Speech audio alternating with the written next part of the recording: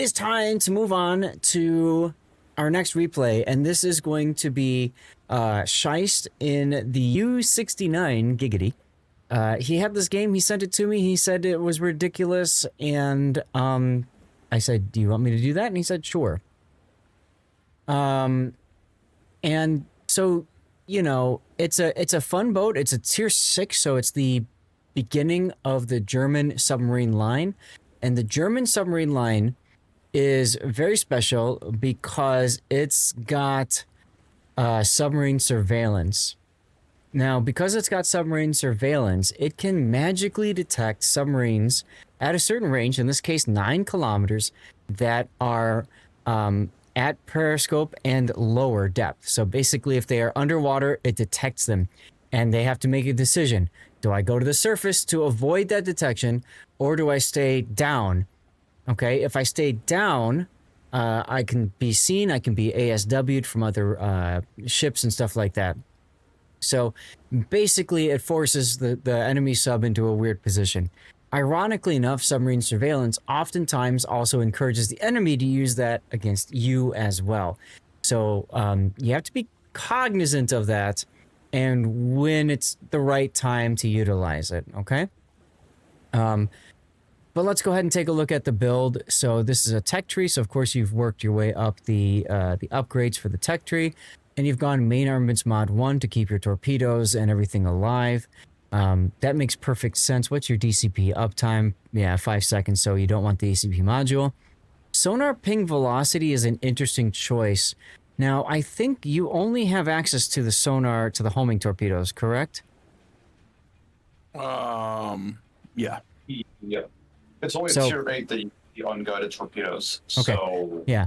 I don't think you can't use them unguided, but it's probably better to use them as guided.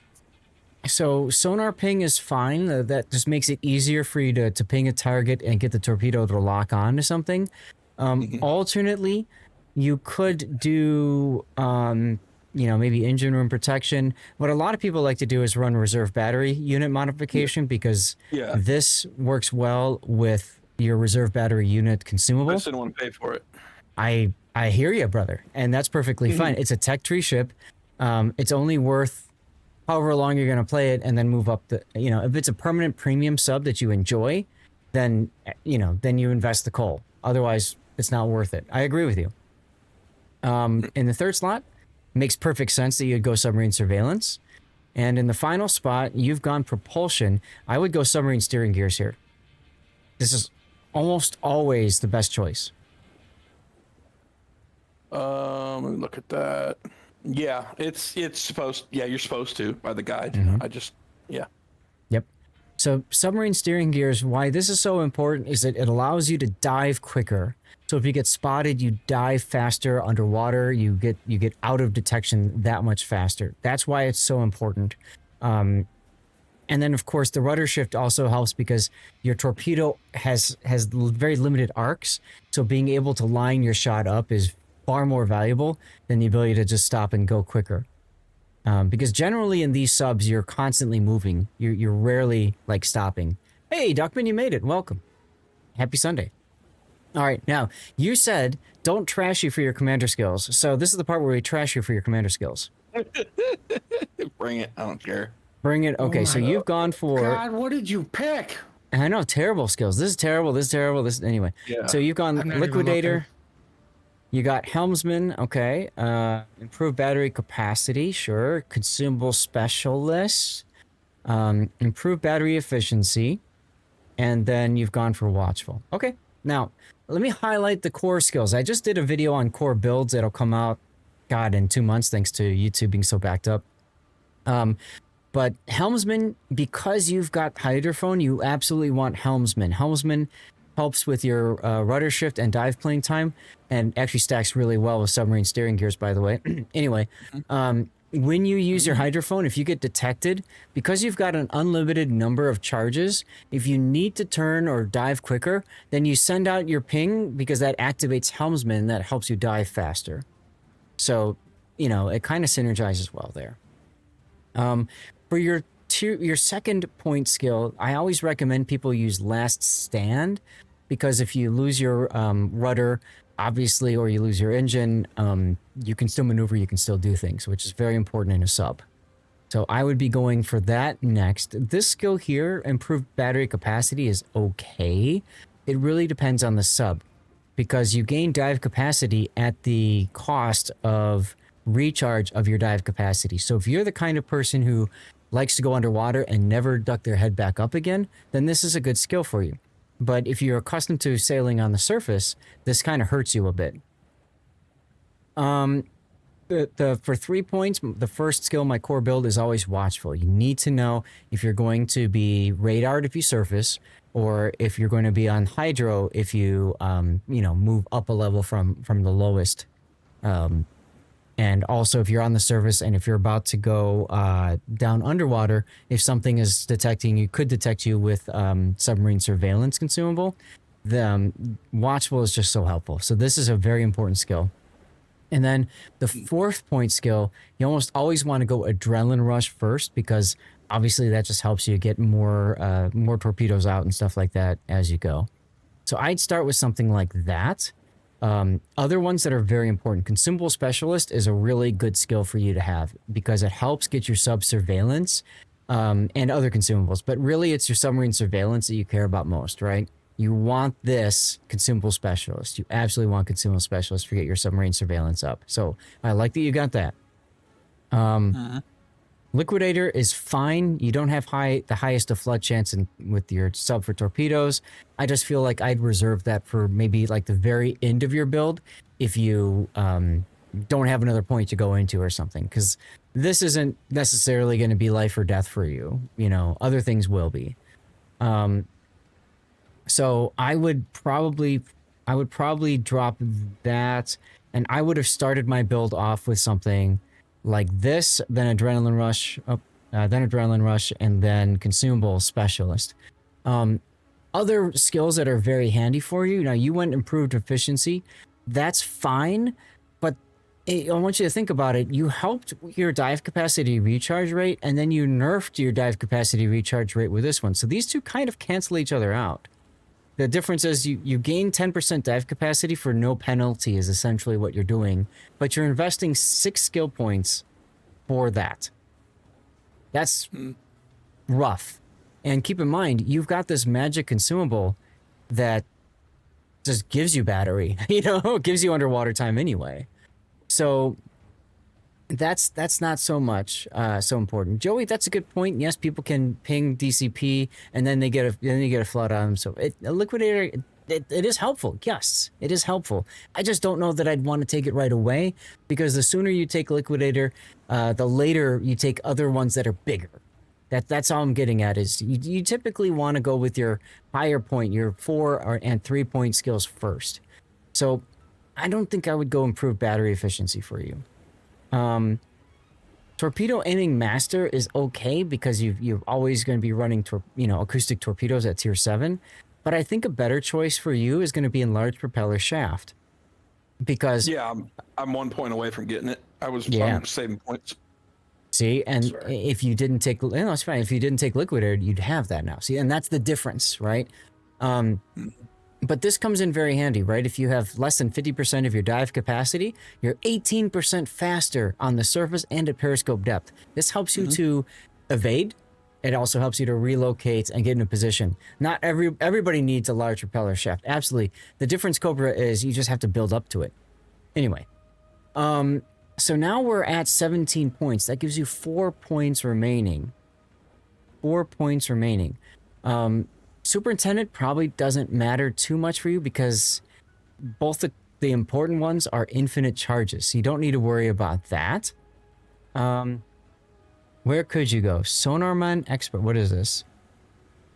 This keeps the ping up.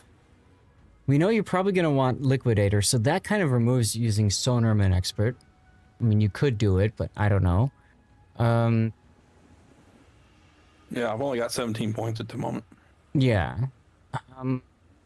You could do the battery capacity one. That's okay. It's not terrible. I don't know that you want consumable enhancements, because that 5% uptime isn't that important. Yeah. So you can see, like, once you've gotten to here, now you can kind of really think about what do you care about most. Oh, preventative maintenance. Preventative maintenance would be very handy for you in a sub because it prevents modules from incapacitation. You get depth charge, less things break. It does hurt. Yeah. So maybe you do that, and then, I don't know, maybe you do enhanced sonar so that you can ping quicker at the very end of your grind. I might do something like that. But by the time you get here, you've already moved on to the tier 8, you know? So, whatever. But this is still a good build, I'd say, for the 8, even the 10, you know, whatever. And then finally for signals, you've got the hydro. This one is really important because it gets your submarine sonar, whatever, you know, submarine surveillance prep time down. So, great. This one helps you with dive capacity. You just get a magic 5% extra dive capacity. Not bad. Speed is good. And then liquidate, or the flooding chance, perfect. That's good. Are you conserving flags? Yes. Okay. Because one other really important flag that would be helpful, hey Dusty, would be this one here to help with your HP. Because subs are extremely difficult to kill. And the magic 5% extra HP makes it, you know, more like 10% harder to kill. So I might look at that that's flag specifically, but if you're conserving flags, no worries, you're good. Yeah. All right, let's get to our game. And Glacier, you'd asked a question about the Pommern a while ago. There are different resources in the game that get you different ships. Coal being one of them as an example. You get those. Some of those are free. Coal and steel you earn over time. So you'll get there. But, you know, for a lot of new people, it's, you know, you spend money with doubloons, right? And then you buy premium ships that way. Anyway. Ooh. You found a Q drop.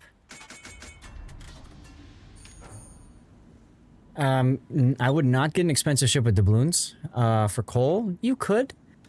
By the time you've accumulated enough coal to get an expensive ship, you probably know if you'll like it or not.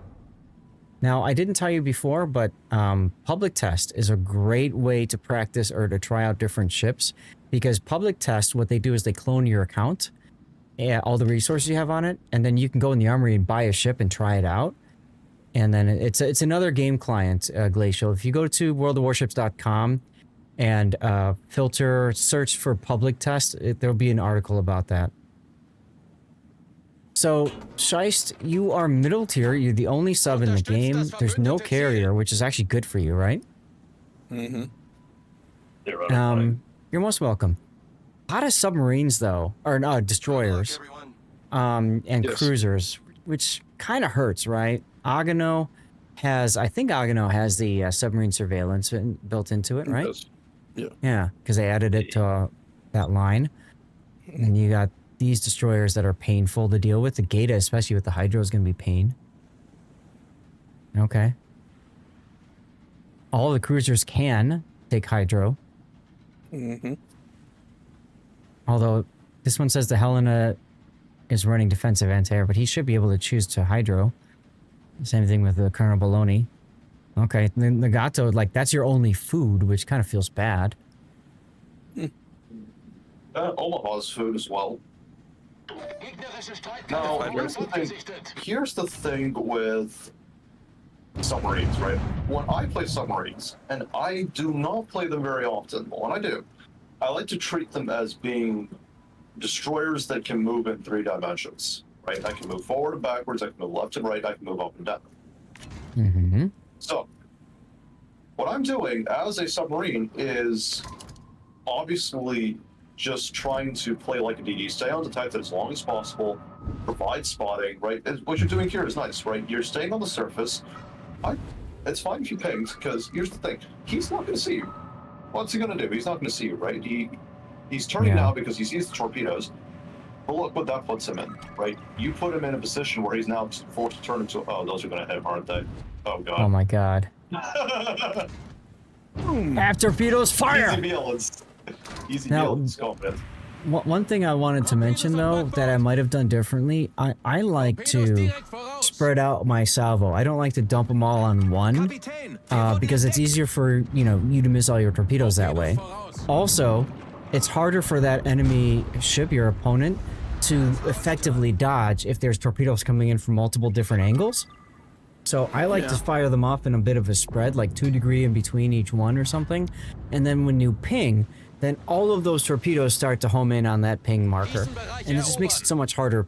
In this case, you did fine because they all took all the torps. That is a very good suggestion. But I felt early in the game that I could dump them and be able to shove them up his nose, and that's pretty much what I did. So yeah. Well, and the second ping really helped, right? When you got that second hit on him. I don't mind doing all of them on one target, like if it's like the Nagato, for example. If it's a battleship that has demonstrated that they don't know how to change course, then yeah, you know, white line that baby.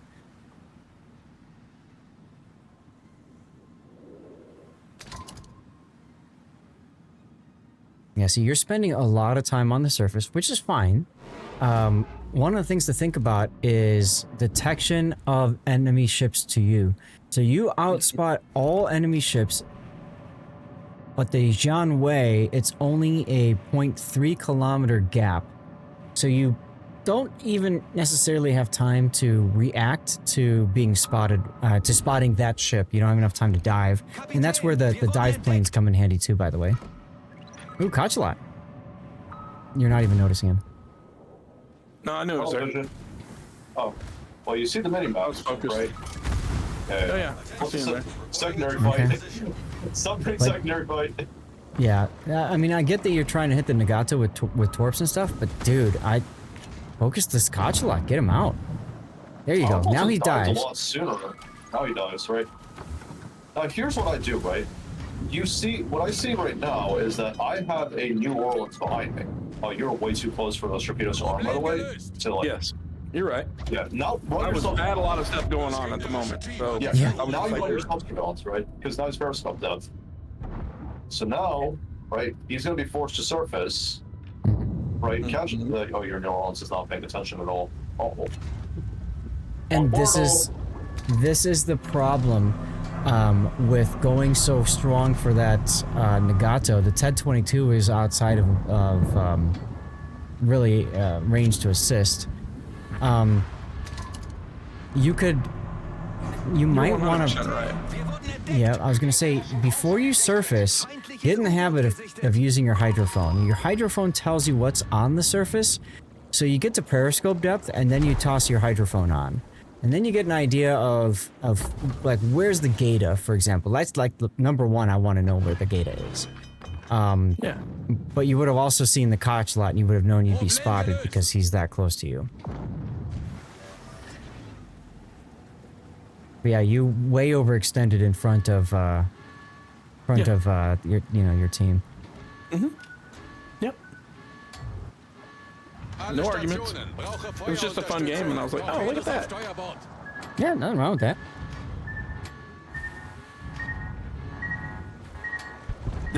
This is a prime example of, yeah, I mean, I might not have made all the greatest decisions, but there's plenty of people on my team that just, let me just say, my entire team outside of me that just didn't have a clue. Now, So this is... I didn't lose because I didn't make mistakes. I lost because everybody else sucked. Well, okay, sure, but there's some changes that you can make in your play that would help. For example, you dove right as you had a fuel spill. When you have a fuel spill, you have to get on the surface to clear it. There you go. Oh, so you, see, I didn't know that. Yeah. Really? Yes. That's why I was holding the cursor over it. So you just told the enemy, hey, you're running away, which is okay, but why give them that information for free, essentially? Well, I never knew you had to go to the surface to get rid of the fuel spill. Mm-hmm. Yeah. There's so much things they don't teach you about the game. There's a lot about subs that people don't understand. Yeah, and that's I'm still learning. I just have fun with it. I'm pretty good at hunting people. And that's why, you know, when you said, hey, you know, I asked you about covering the replay, you know, I thought this would be great because a lot of people struggle with subs. A lot of people struggle hunting subs too, honestly, but, you know, whatever. Right. But this Nagato loitering close by is great for you. You know me, for years, I'm a Battleship player. That's just my main, is Battleship. Yeah. So I play the subs as, for me, a lot of times I'm watching that shadow on the water when I ping. Mm-hmm.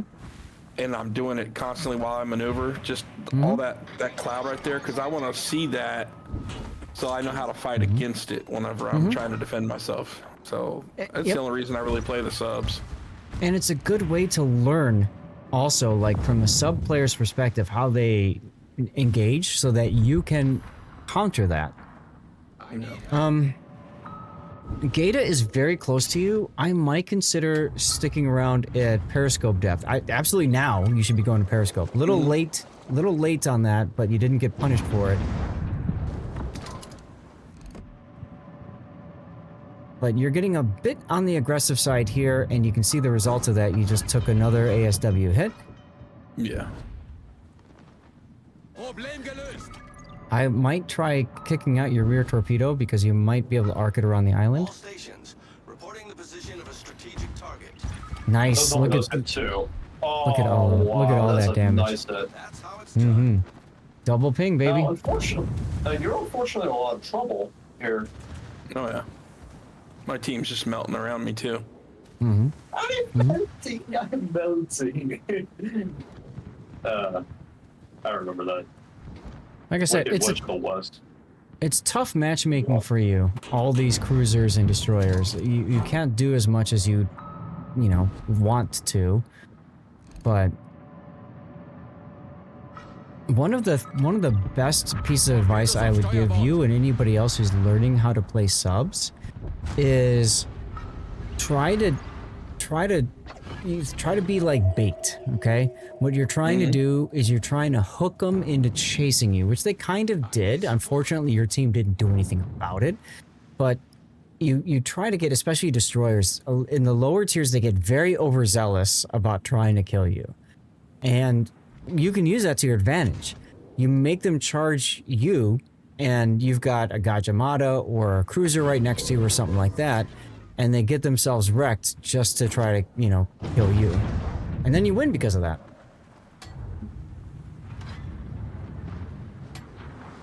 I'm gonna make all kinds of mistakes right here, but I'm gonna laugh doing it. Yeah, well, this Agano's gonna get punched in the face again, isn't he? Yeah. Well, you just Akatsuki Kaichiban is like decided to just rev the Akatsuki. That's what I would do just for funnies. Jesus. And see, Yeah, I got they pincered me. I got to a point where I couldn't do anything. So I was gonna like right here. yeah, you're right. Right here, you could have prevented yourself from being detected by just diving. You were at periscope depth. This entire game, I haven't seen you playing below really periscope depth. I think you did it once. So get more comfortable with that. Get more familiar with that. Your commander skill of having more dive time was meaningless because you never really dove. You never used this consumable down here, right? Which freezes your dive time capability. It just like pauses it for the duration of the consumable. It extends your ability to be underwater. So get more comfortable utilizing that stuff and, keep having fun with it. Yeah. Typically, I do, and I would have. I just, in this situation, it was just like, meh. Meh. Well, we got a death pick out of it, so I'm okay with it. Except we got those stupid flames in the way, which is annoying. Ah, there we go. Oh no, that's perfect. Thank you, Flames. That's perfect. Thank you, Flames. What, you like the Flames? I think it's fine. I think they're fine. I think they're nice. Unfortunately, the game's about to end, and I'm hoping that you'll like tilt up enough to show that you're dead. Ah, never mind, the destroyer just disappeared. There we go. See, now that's kind of fun. Anyway. You got an efficiency badge from that? Yeah. Oh my goodness. Yeah, I mean, submarine basic speed is not inflated. Also, submarine basic speed.